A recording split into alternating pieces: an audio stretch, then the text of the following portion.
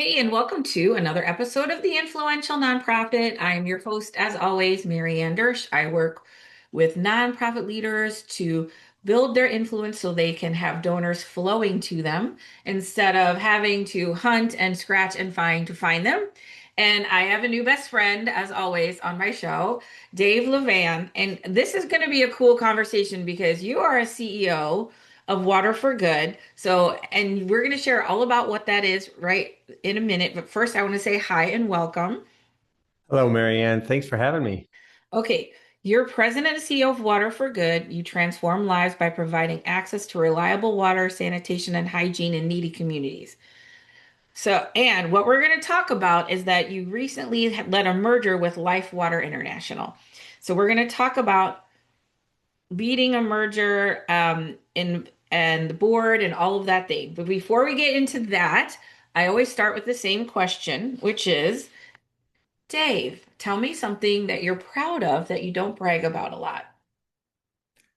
Well, the first thing that comes to mind is my wife, Leslie, and I have been deeply in love for more than 40 years now, and Wow. really excited about that. The second thing that came to mind was Pee Wee League Bowling Championship 1976 in Milwaukee, Wisconsin. I may still have the trophy on that one too. That's amazing. And you still bowl? No, not since 1976. Six. You know, what, let's go out on top. Right? Let's not risk that victory. No, absolutely not. Okay, so we're going to talk about your organization and what it does, and then your experience with this merger. I have in my career as marketing, branding, communications person, I have been on that side of several mergers, and I can tell you that it can be ugly, you know. It is, so I've never talked about this topic on this before, which is why I'm so excited to have you here because not everyone is facing it, and you might in the future. And if you are, this is going to be so helpful. So, first, let's talk about Water for Good and what it is and what you do. Yeah, so you stated our mission statement.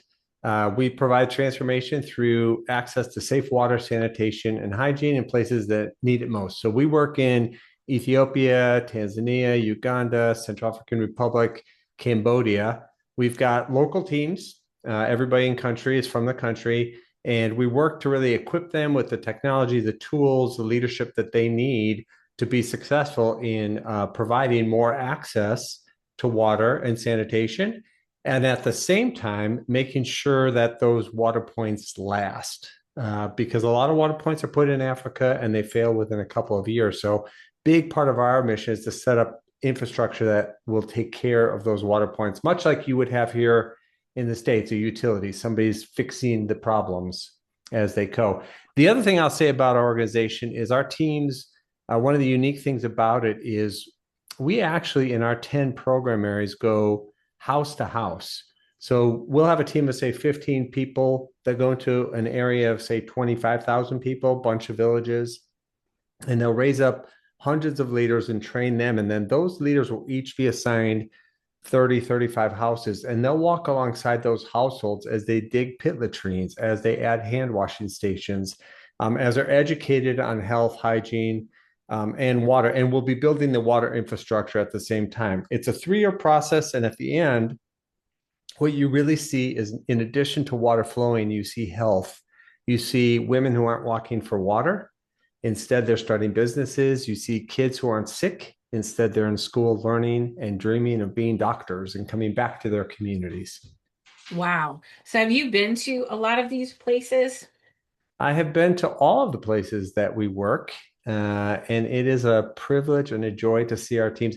You'll hear me brag about our teams because they're amazing. We have engineers, we have people with social degrees, behavior change, accountants, and all of them are willingly choosing to move from, say, one of the larger cities in their country to go work in an area that lacks basic access to water and sanitation and to walk alongside communities for 3 years and to Wow. help large amounts of people transform their lives and to become more healthy. So That's yeah, it's cool. It's cool to go visit. it is, yes. So, all right, now you recently led a merger with Lifewater International, and in the first year of combined operations, you're tracking 3 million in annual cost savings while shifting 28% more leadership and resources closer to the work. So, you merged with Lifewater International. Let's just start there. How did what this was the decision made to merge these organizations? That is a great question. So we Water for Good, historic Water for Good, and I actually came from the Life Water side. So Gotcha. historical Life Water is an organization started in 1977 by a gentleman named Bill Ash, who was following God's leading to bring water. Water for Good was founded by Jim Hawking about 21 years ago. Two men with the same calling, different countries that they worked in. Our organizations have known each other for many years and have collaboratively worked together. What led to this was conversations, primarily between myself and the other CEO, that were we discovered that each organization had some assets that the other one was seeking to have. So, for instance, Life Water, we had just gone through a big change, digital transformation. People, even in remote places, have tools where they can connect, they can be heard, they can collaborate on things.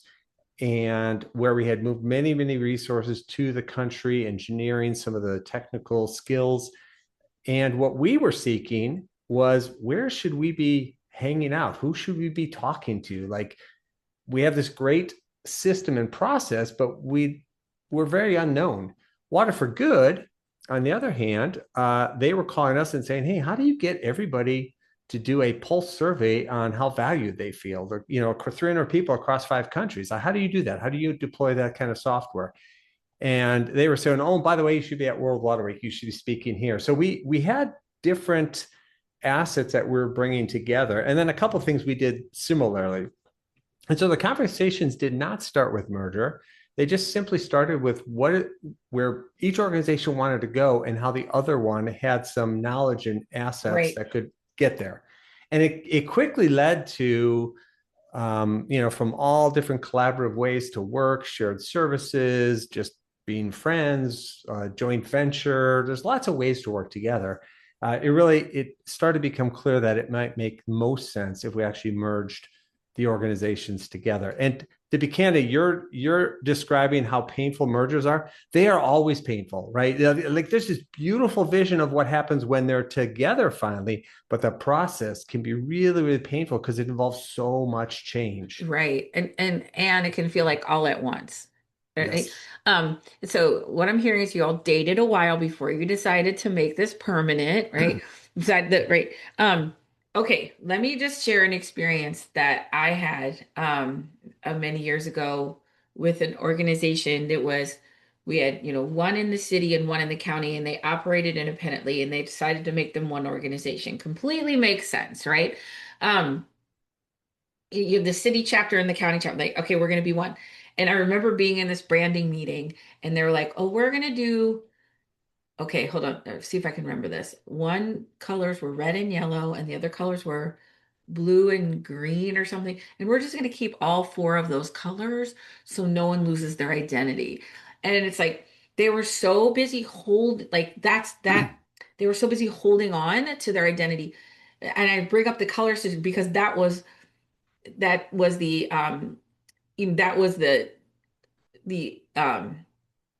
the outer, right, like what they could point to as something they could hold on to, representation of what was really like. They felt like they were going to lose their identity, lose who they were, and people get turfy, and a lot, it does mess with that idea of the certainty and the things become very uncertain and very turbulent, and people get afraid and they go, I gotta hold on to what I got, or they're afraid they're gonna lose their job or all kinds of things. um and that was a rough one, and it actually took, and we stepped back at that point because what they were really looking for is like, hey, you branding people, can you give us this identity to make us feel better about where we're at? It's like, no, you got to, let's work on feeling better and then come back to us with this Yeah. new identity. They wanted to push that uncertainty. Like, we're at A, we want to get to B, get us to B right now. And it's like, yeah, you kind of got to fill it out for a bit. Yeah, oh, for sure. And I think you said it right, Marianne. Everybody, people fear change. Like it's up right up there as number one or two in everybody's life. Absolutely. People stay in a bad work situation because they're afraid of change. Sometimes God might be using that situation to push you out to do something different, but we fear change. I'll be honest, my career has involved leading lots of change, lots of transformation. I started at PwC in mergers and acquisitions. And I will tell you this, it is so much easier for me to help change other people and systems. But when Yes. it's me, I have Yep. the same fear. Yeah. And I think for us, it was the first thing was just acknowledging in every conversation, we give a lot of time and space between conversations for our board or leaders, but in every conversation, acknowledging that everybody's going to have to give some stuff up in this merger. Everybody does. If you came from the historical Lifewater side, you gave up a name that you loved and had been around for 47 years, Yeah. right? And you didn't just give it up willy-nilly. You gave it up because you believed in a vision that we could serve more people and do it more effectively, and we could advance our mission exponentially by doing this, right? So it's that belief for something better that you're willing to give something up. So for us, we had to keep pointing to that because it was hard. If you were Water for Good and working there, you might have been saying, "Well, who's this CEO? Like, I don't know him. That's not our Mhm. CEO." So you're giving up, or you're giving up a process because many of the processes came from Lifewater. And I would say this even translates to donors, right? We had donors. I talked to a donor just this past week.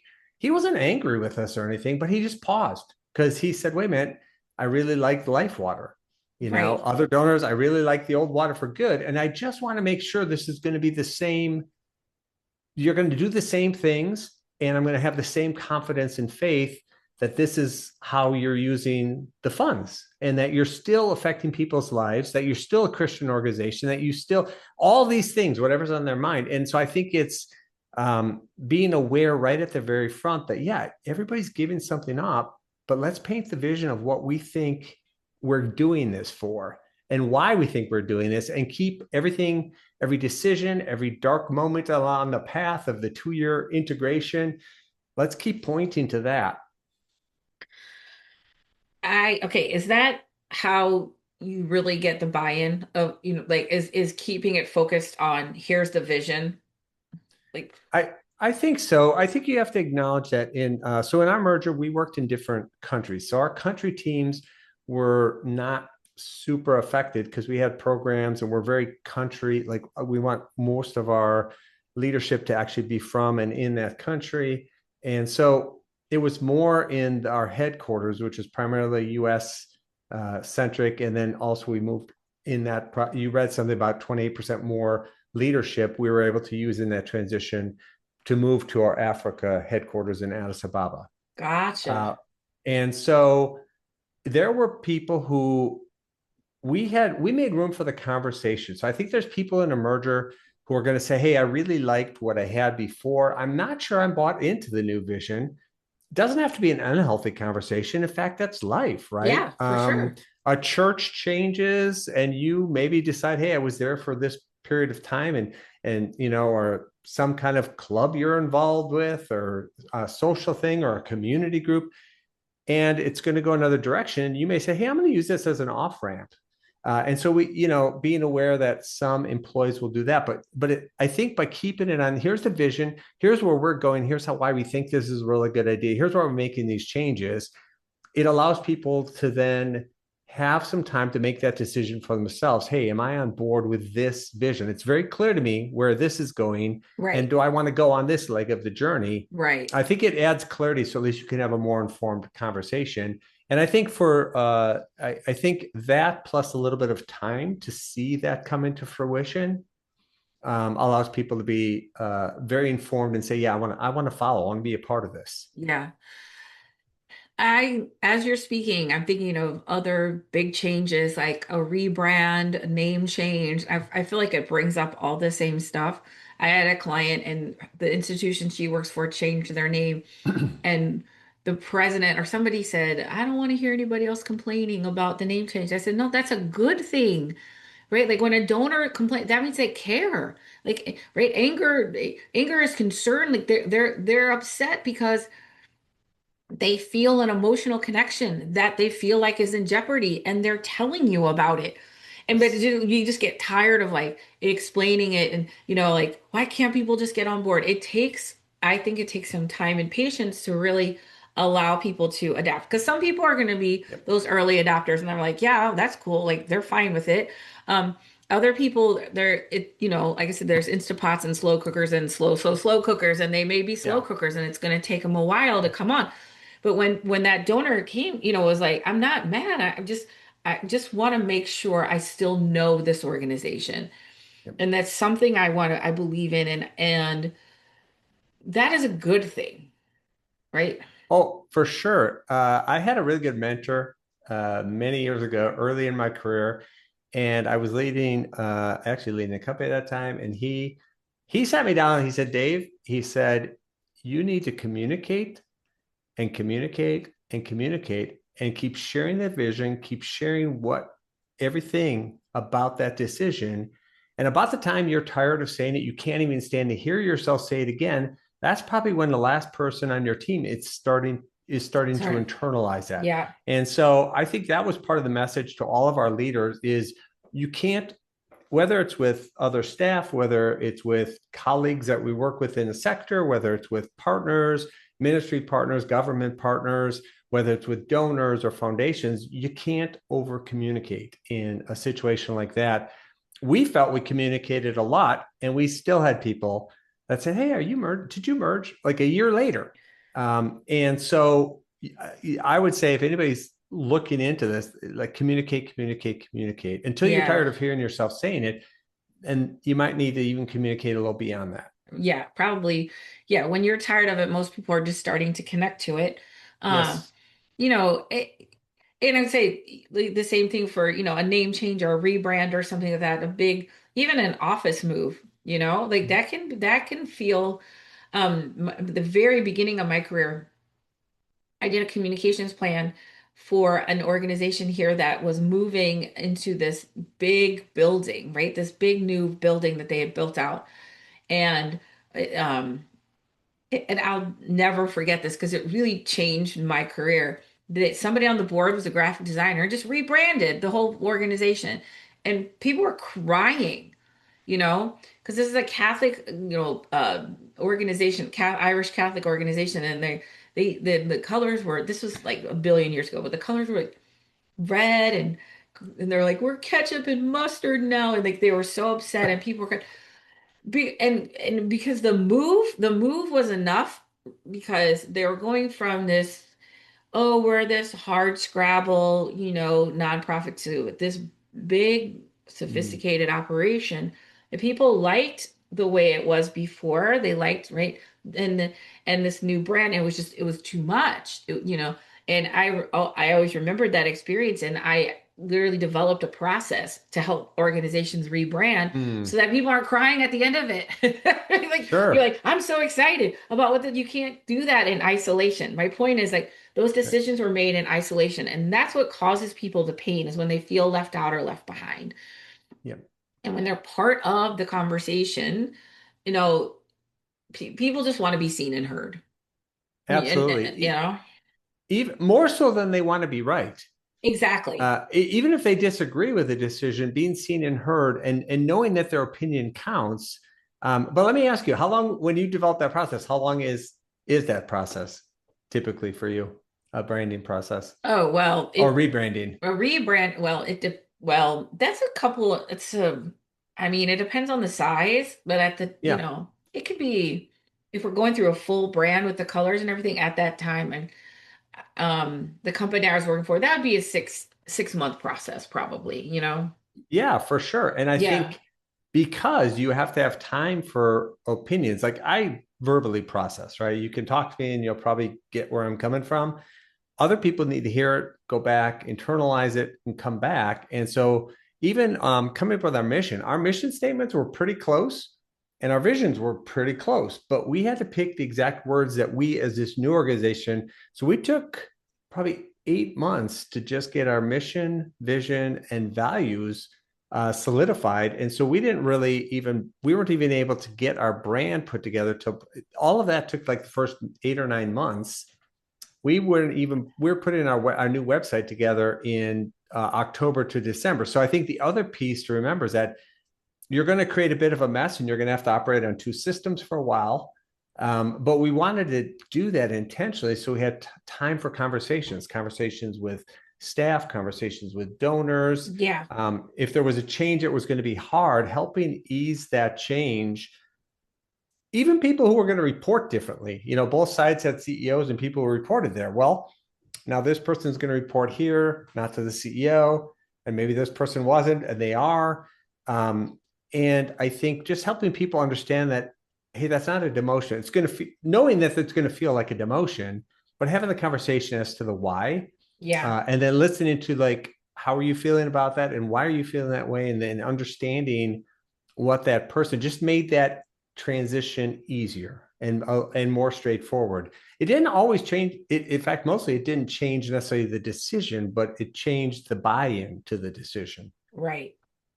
And right. And the buy-in, right, said people will buy to the level they feel seen and heard, right? And it's not trying to convince this is what I work with people on all day. Really, a platform of my work is people buy to the level they feel seen and heard. I don't have to convince or pitch or cajole or try to convince somebody, like just honoring that, hey, that could feel like a demotion or that feels like a loss for them. And there's grief in that, and that's okay, and a lot of times we want to avoid the feelings, and but if we can step into them and allow for them, they kind of just go away. I mean, when people go, okay, I get it, and it just lifts away. If they don't feel seen and heard, they're going to keep coming back and coming back. And so that's what I saw in the branding process, which was we set up a whole lot of listening in the beginning, right? Like, to say, hey, we're here to absorb you and to learn who you are, and then we listen and we've reflected back. Here's what we're seeing. Here's what we see is important to you. Here, and they go, yes, that's it. We go, okay, great. Give us a little time. We're gonna go play with this, and then we're gonna come back and we can say, based on what you told us, here are some ideas or here are some directions we'd like to go. So we're moving them along this process, and there's feedback, right? There's points of feedback every step of the way. Mm-hmm. So at the end, people are like, oh my God, I love this. This is the most amazing thing. I'm so excited, right? Instead of crying in the hallway. And it's not perfect. And also there is a process, right? So was there somebody that helped you with the process, or were you all working on it together? And if you did have a process, is there something like if we could share a condensed version with today? Yes, I would say so on specifically the branding, and I think you hit it really well because I think in that context, having a third party who isn't necessarily who's an advocate for the organization, but they're not an advocate for one philosophy in the organization. Having a third party organization that or, helps you or through one that. So organization over another, right? yes, Let me say, because a lot of times there are not mergers, it's more like a takeover. Okay. yes, So in the instance that I brought up, it's in St. Louis, it was Casa of St. Louis City was merging with Voices for mm, Children, which was in St. Louis County. And it was going to be called Voices for Children, right? So that felt like a takeover, not a merger. You see what I'm yeah, saying? Yeah. yeah. For those people. So anyway, so yeah, so there was a third party like leading them through the process.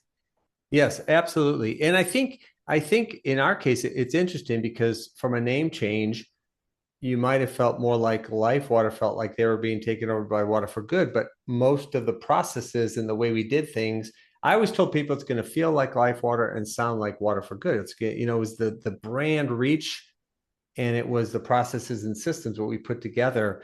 But yes, to your point, having a third party that can sit down and objectively help guide all the leadership team through that process.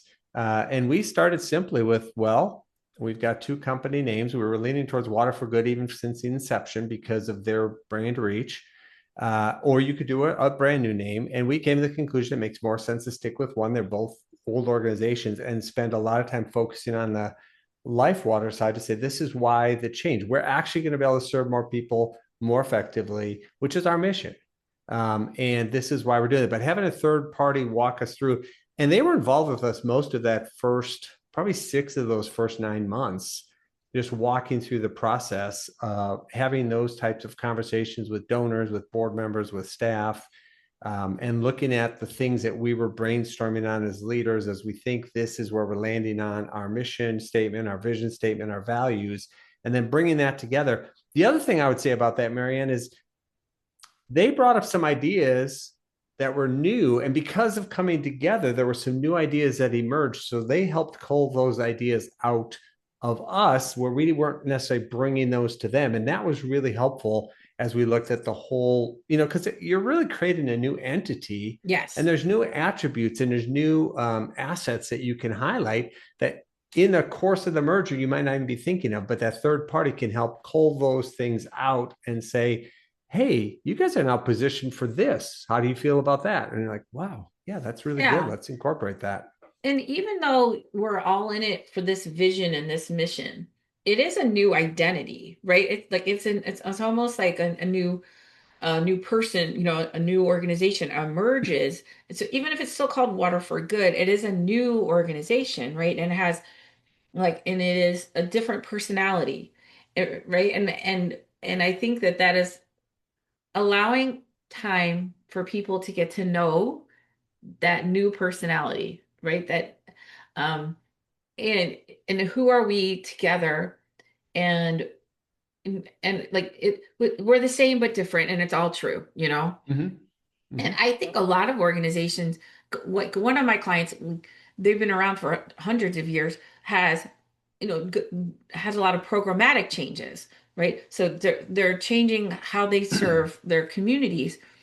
And some people are going to keep up with that. And some people you say, hey, you mentioned like an exit ramp. This, you know what, it's all good. I'm not really feeling it anymore. And that's okay too, you know? Um, so if they were attached to something in the past and they're not willing to go, that's okay, right? You get to go. And you hate to see it. And also I truly believe everybody gets, to make their own empowered choice. And if it's not for you Yes. anymore, that's okay. And I feel like we want to just hold on to everybody and like you have to, it would be considered a failure if you lost some board members or lost some staff members or some donors who are like, you know what, this isn't I get it and it's just not for me. Mm-hmm. Absolutely. No, I agree with you. And that was kind of our message to both teams is we're actually taking all the best things from two organizations and creating a new organization. So we're taking the name here, we're taking this process here.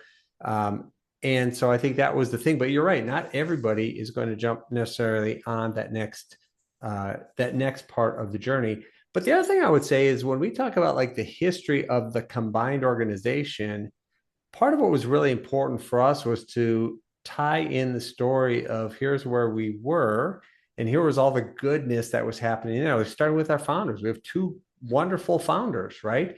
This is not to diminish, this is to enhance. Like we wouldn't be at this point to bringing these things together if there weren't founders who took a risk and jumped out to do something profound.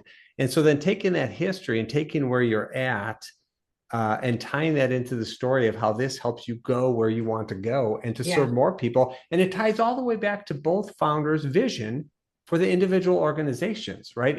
We're not doing a different thing or going a different way. We're actually accelerating the vision that both founders had for both organizations. And so that's a really cool thing. So we talked about that a bit, and we still are with donors of both organizations. And as people are still processing 2 years in some of the merger, for the most part, we've gotten through that. It took us all of the last 2 years to do Yeah. that. Yeah. But yeah, part of that is tying it to the overall story of the origins of both organizations and to where you can now go as an organization. Yeah, and it's like not erasing the history, but it's incorporating the history into the present. So no one has to Yes, sacrifice their history. It's all part of right the path to where we're at. And I love connecting it back to the founders, like up until today.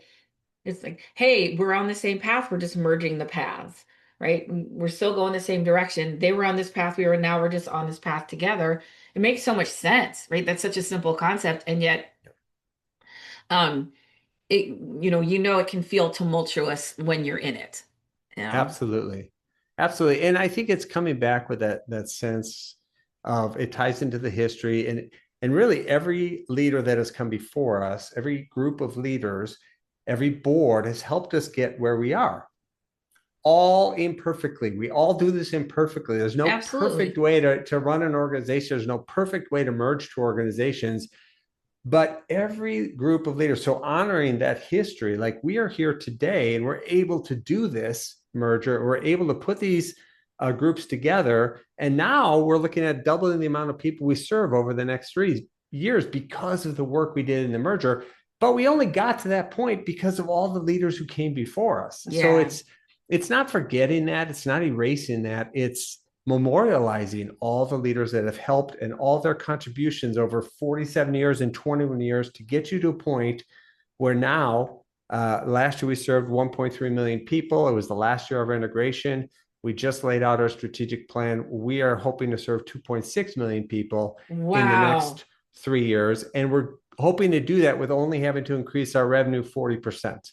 So we don't have to double our revenue to double our impact. And much of that is because of the work done in the merger and even what the organizations were working on prior to the merger to make themselves stronger and better organizations. So again, it goes back to the history, and none of that happens if you don't have two founders who step out in faith and do something profound, right? So it all ties in and allows you to move things forward as an organization. And I'm sure I tell our leadership team all the time, like, what do we want to be remembered for, right? Because our goal is to keep serving people long after we're gone.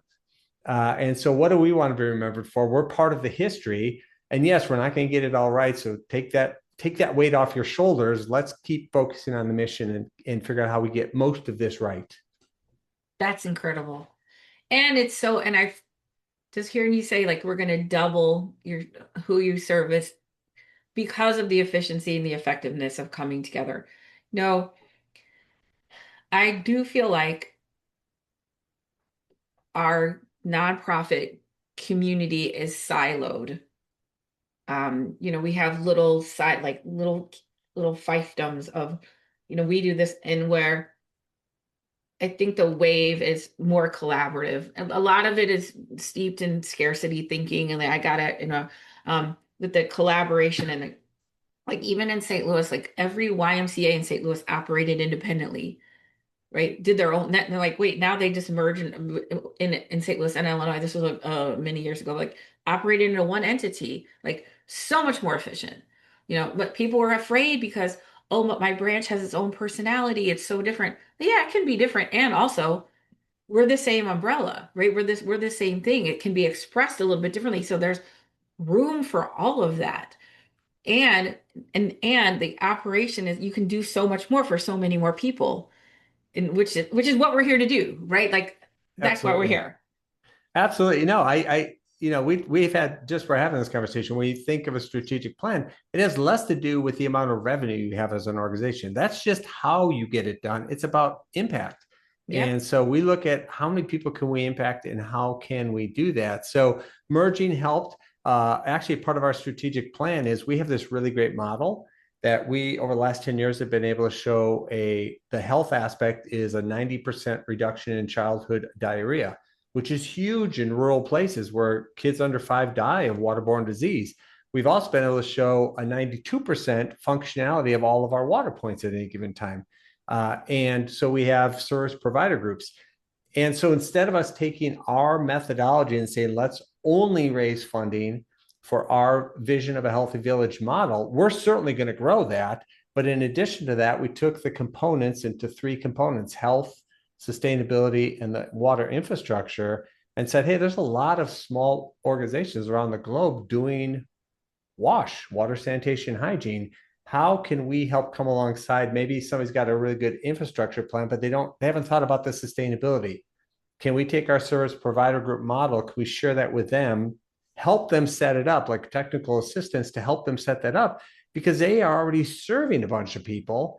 And if we can help them ensure that their water points will be sustainable, that is actually getting more people to the finish line rather than starting our own thing in whatever country or area that is. So part of what we're looking at is just saying, how do we take the things that we have grown and worked on and share them, but not Right. just share them like, hey, here's a white paper, share them like we're talking to an organization tomorrow that wants to add sanitation and hygiene more fully, house to house. They don't do house to house.